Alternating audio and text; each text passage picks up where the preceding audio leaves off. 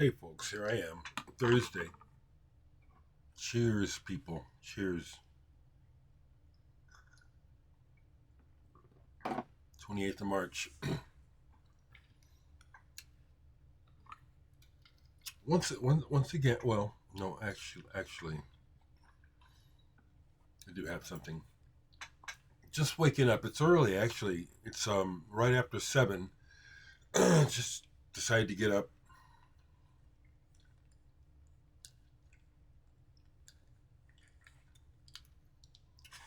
Okay, so what's it gonna be like today?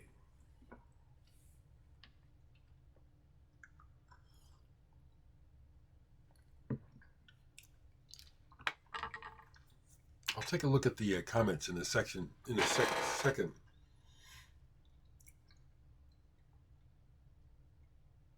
I'm really grateful. I just, what's in my mind. That's it. I'm really grateful. It's 7 in the morning, and for 30 plus years, of working and hating it, hating the grind. It's not so much that I hated the job so much; it was the grind. It was the you had to get up, you had to go. When I quit my job, when I walked off, when I retired, all three are applicable. It was my way of retiring. Never looked back. Well, I look back, but not with regret. That comes up actually because recently on Facebook I saw an event at my old agency where one of my favorite employees that I worked with, Roger, had gone back to do a keynote speaker for one of their events. Now, because of the way that I left, I would not have that opportunity. My boss told me, well, you burned your bridges the way you left. I said, I'm not feeling that.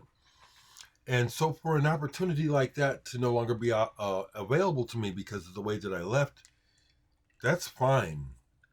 If that's what you call burning bridges, when I left under the circumstances, it was like I couldn't take it anymore. And I was right. Human services are not about service. It's about numbers and about funding. And I saw some people die. Literally, I saw their lives end basically because of a lack of funding. I want no part of that.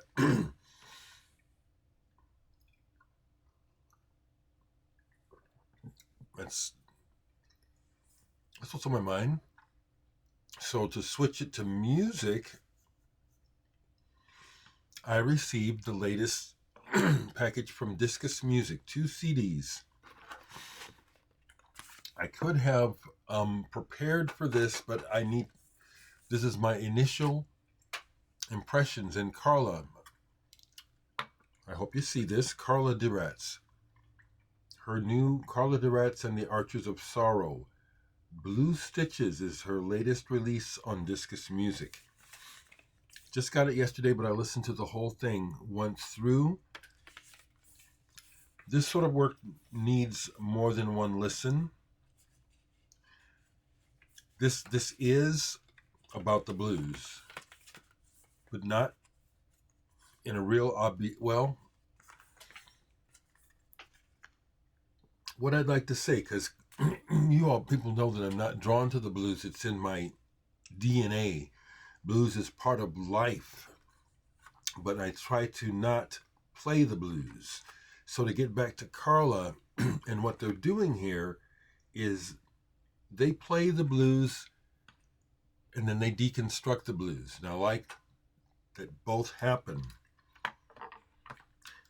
But the primary focus here of the entire thing to me is Carla's voice.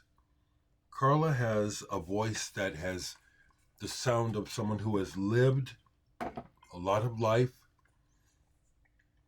and has experienced some deep emotions, pain being one of them. I understand that Carla deals with a chronic pain condition, which is part of what you see in her face. But I dare say that it seems to inform her voice. She sings from a deep place of feeling and knowing. I like to listen to the sound of her voice. Also her poetry. The words are good. This is poetry. I must say, I gotta be honest, I don't think the band matches her intensity on this one. In particular, the drums in a couple places, like, these drums are not happening.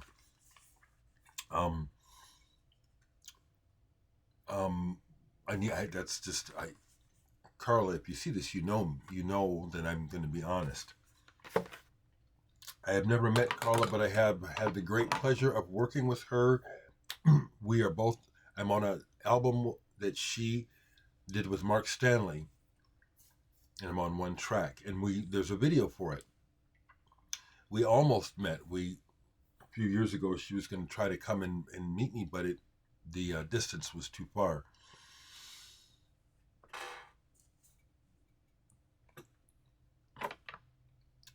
It's a voice you ought to hear, and there's two other women that I'd like to use as reference points for Carla: Marianne Faithfull and Tina Turner.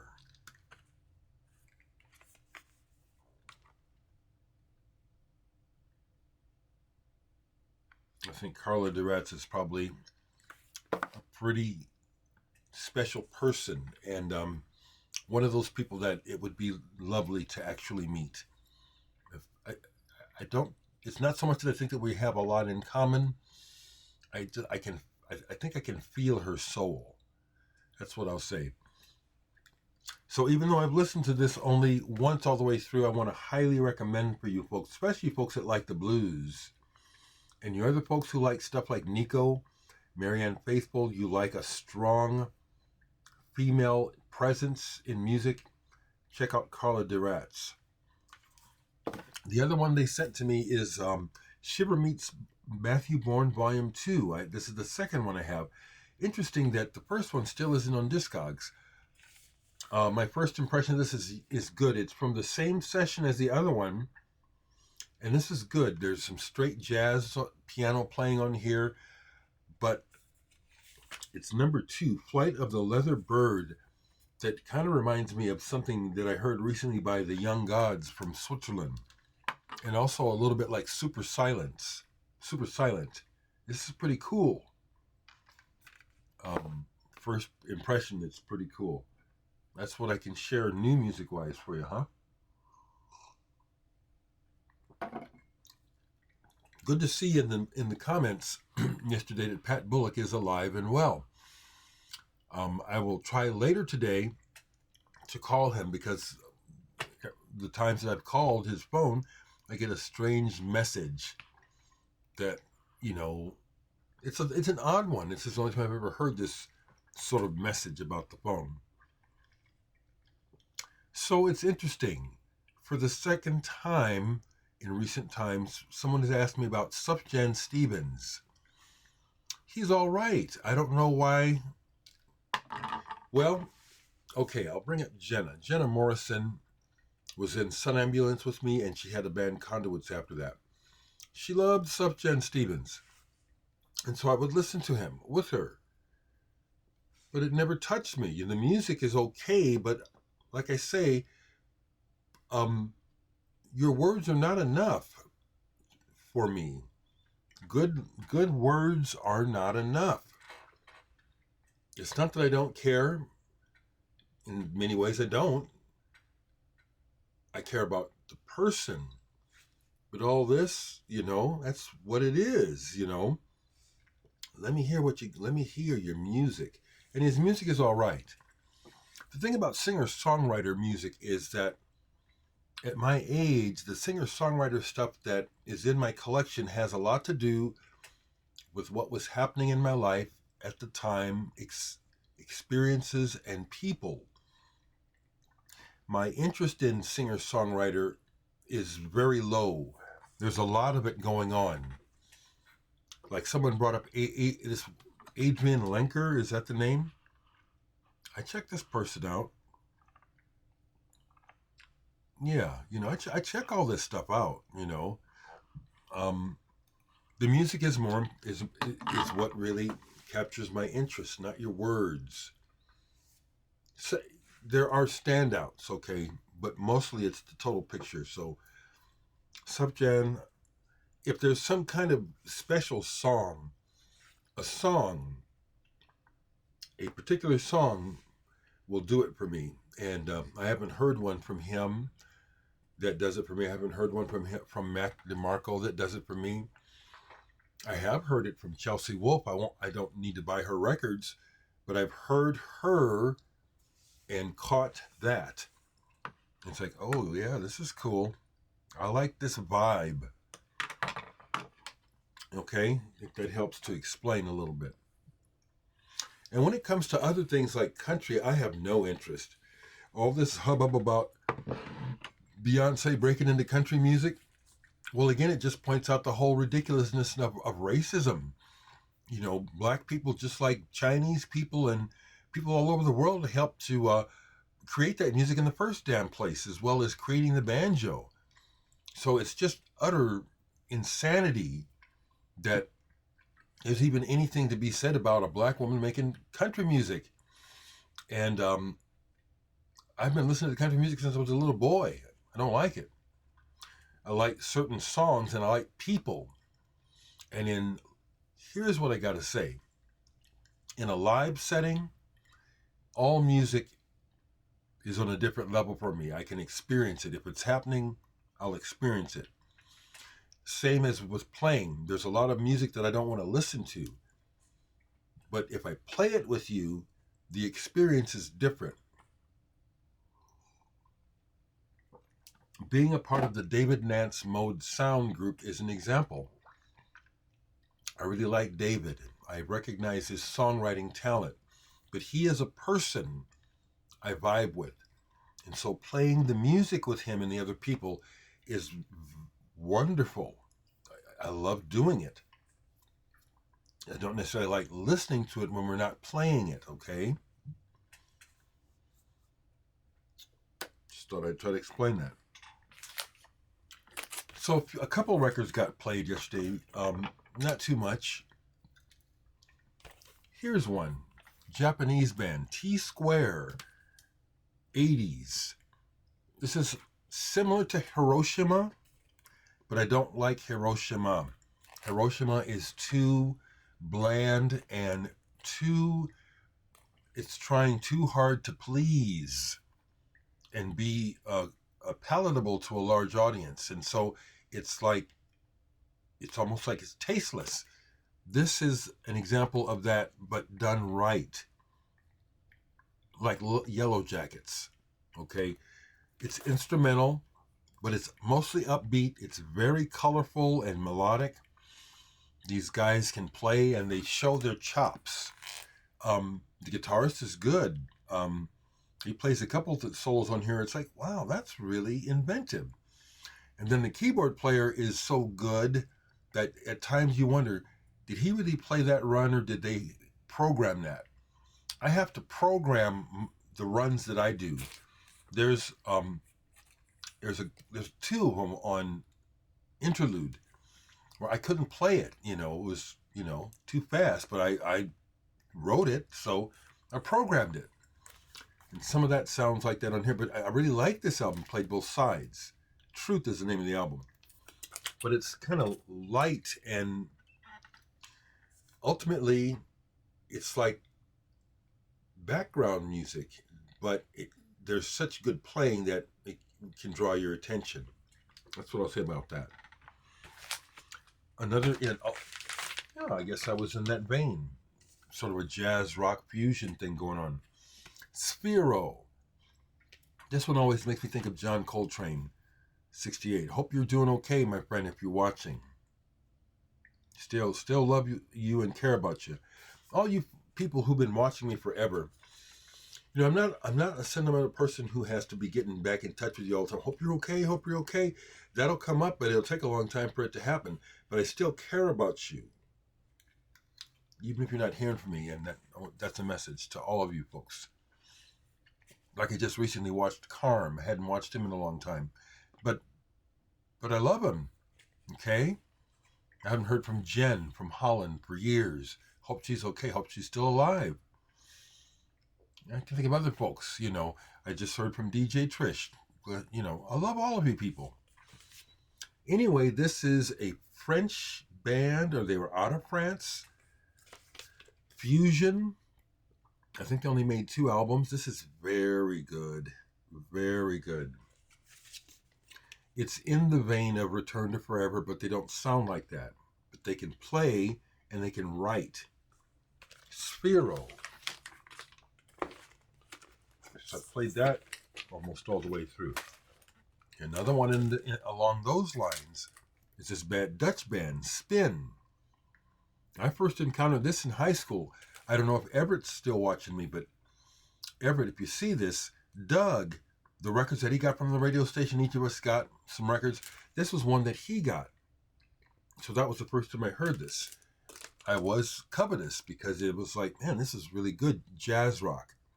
72 or 73 is when this came out, I think. If not, what? Oh, don't quote me, okay? And actually, I'm wrong. This is not one of the records that they got. But Doug ended up with a copy of this, and this is where I first heard it. I'm looking at the dates. So it couldn't have been part of that, but somehow he ended up with this record. This is instrumental, real good. Real good playing and writing. I like it when the writing is good, when people can find ways of putting together tunes that are fresh. I love it.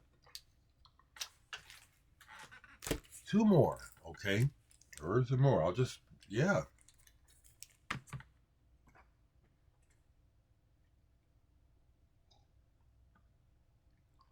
Like when I was first talking about in the first part of my video about being glad I'm not at work. Some days I'll think about that when I'm in here most of the day, just puttering and listening to music. So glad I can do that instead of being stuck at a desk. Very happy to sit here all day when I can, when I want to. So yesterday, watching TV on the internet, I watched some midnight specials, and I loved that show as a kid. Loved it. And Procol Harum, I didn't see it when it happened, but Procol Harum were the guests hosts for a show. So I watched that for the second time yesterday, and it was about the time that this album came out. This is an album that holds a lot sentimental value. This is not the copy because I played it to death. But when this came out in 73, I was on I think it was my second job in my life. I was just getting out of high school. And this is one of the records I bought brand new when it came out. The Grand Hotel. And my first impression was mixed. Again, because I was a teenager, and it's like you have expectations, I want to hear this. Well, they finally came through on side 2. Fires Which Burnt Brightly is the track that saved the album for me. And it's a great progressive rock track. Great track. Overall, this is a very good album. So it was fun to, I hadn't played that in decades, literally decades. And it sounded great yesterday. Here, I was just talking about Carla Diratz, working with Mark Stanley and me being on the album with them. Before that CD arrived yesterday, I pulled this. Not really. Was there a thought related to her record arriving in the mail? Possibly. But Farquhar, Mark Stanley, the guitarist, Owsley's nephew, Owsley, the man who dosed America, basically. Stanley Owsley, how you say his name? Mark Stanley. Anyway, he's a very good guitarist. And Dream Shit is a math rock, prog rock album that they put out, I think around 2020, early 2000s. And this is good. Listen to this all the way through, too. kind of like that band Terra Melos. It's proggy, it's mathy, more guitar than keyboards, a lot of shifts in rhythm and time signatures, and snatches of, oh, that's a real strong melodic bit there. And boy, I love stuff like this. That's Mark's artwork on the front. Can be seen as both interesting and possibly ugly. This is really good. There's so many records like this out there that just a small amount of people know about, but deserve wider attention. Dream Shit by Farquhar. Really good. That's what I have for you, folks, okay? Hope it's a good day for you. Frankly, the only thing I have to look forward to today is if I decide to do it is laundry. It's supposed to warm up today. It was cold these last couple of days. So that'll be nice. I'm going to check it and see what the madness is in the world. Because you know the news isn't going to be good. So again, that's why I happily retreat into my world of music. Okay, people. Harum, if you see this, it was nice of you to call me yesterday. It was good to hear your voice. Take care, people. And talk to me. You know, yeah. Let me know how you're doing.